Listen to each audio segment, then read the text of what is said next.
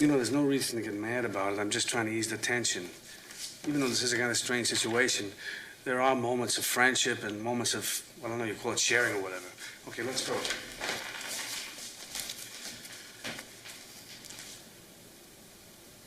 Jerry, I mean business. Get on the phone. Let's go. The fun is over. Let's go. Come on.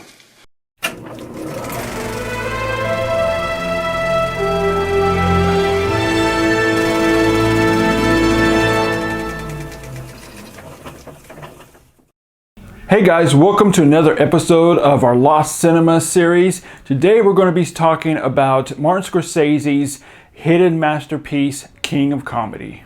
Rupert is an inspiring stand-up comic who's obsessed with getting on a late-night talk show, and as Rupert desperately tries to display his talents as a comic on that show, he also becomes obsessed with a late-night talk show host himself, Jerry Langford, played brilliantly by comedy legend Jerry Lewis.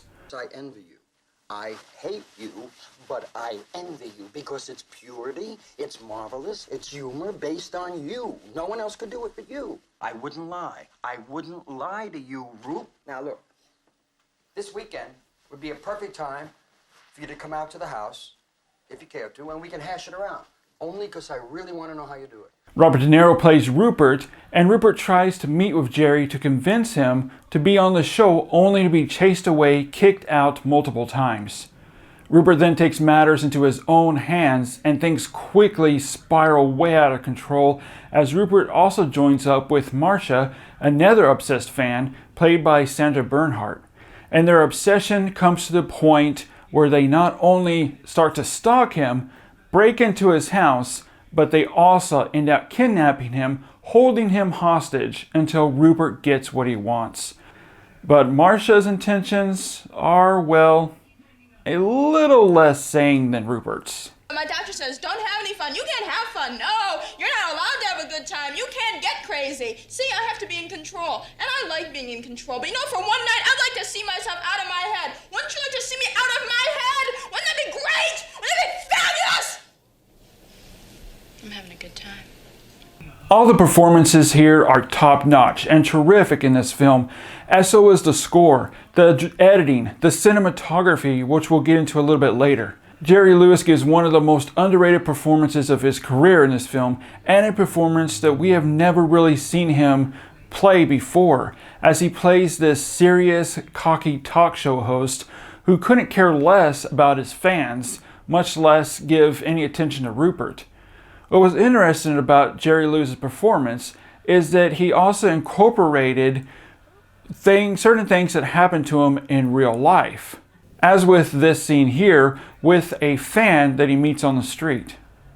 You're just wonderful. I've watched you your entire career. You're a joy to the world. Please, Lauren, would you just please say something to my nephew Morris on the phone? He's in the hospital. I'm sorry, I'm late. You should only get cancer. I hope you get cancer. The film shows how we as a people are obsessed with celebrities.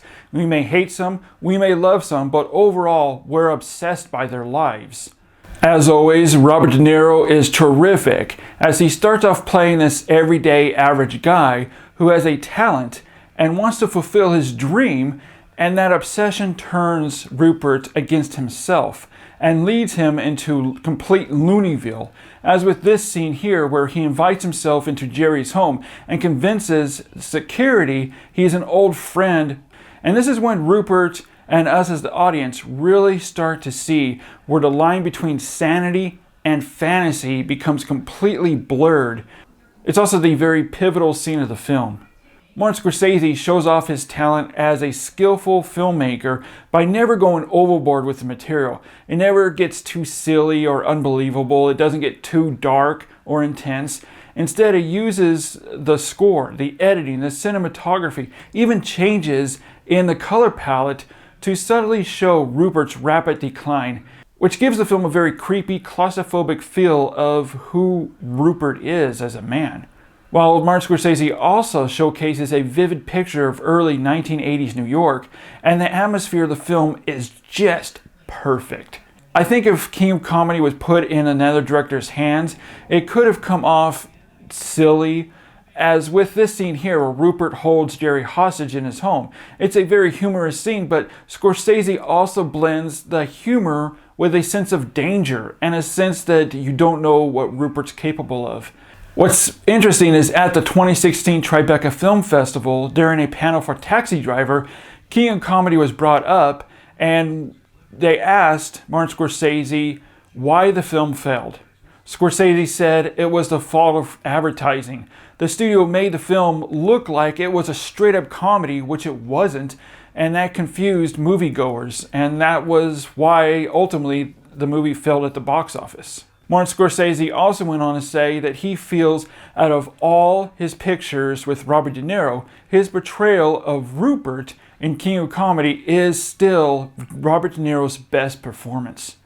Think about that, guys. That is a high compliment from Martin Scorsese. Out of all of his films of De Niro, Taxi Driver, Raging Bull, Casino, Goodfellas, this film, King of Comedy, Martin Scorsese says is Robert De Niro's best performance. That's something, and that really says something about the film. The King of Comedy not only gives us a perspective of not just being obsessed with celebrities, but also having an obsession of becoming famous yourself. And we see this obsession, this desire of being famous that can become so strong, so intense, that it makes us become delusional. And we see this through the eyes of Rupert, that this can easily happen to us if we're not careful. This is why The King of Comedy earns a special place as a film of lost cinema. Now I want to hand this video over to you guys. What is your favorite Martin Scorsese and Robert De Niro film? Let us know and leave your comments down below in the comments section. And guys, we want to thank you so much for watching. We hope you enjoyed this video. Remember to subscribe if you haven't already to enter our 600 subscriber giveaway, just as a special thank you to our viewers for supporting our channel and being with us. So we're going to be coming out with some more of these Lost Cinema videos, movie reviews, some trip videos, and some new interviews with a couple independent filmmakers. So keep your eye out for that on our channel. As always, guys, thanks for watching, and we'll see you in the future.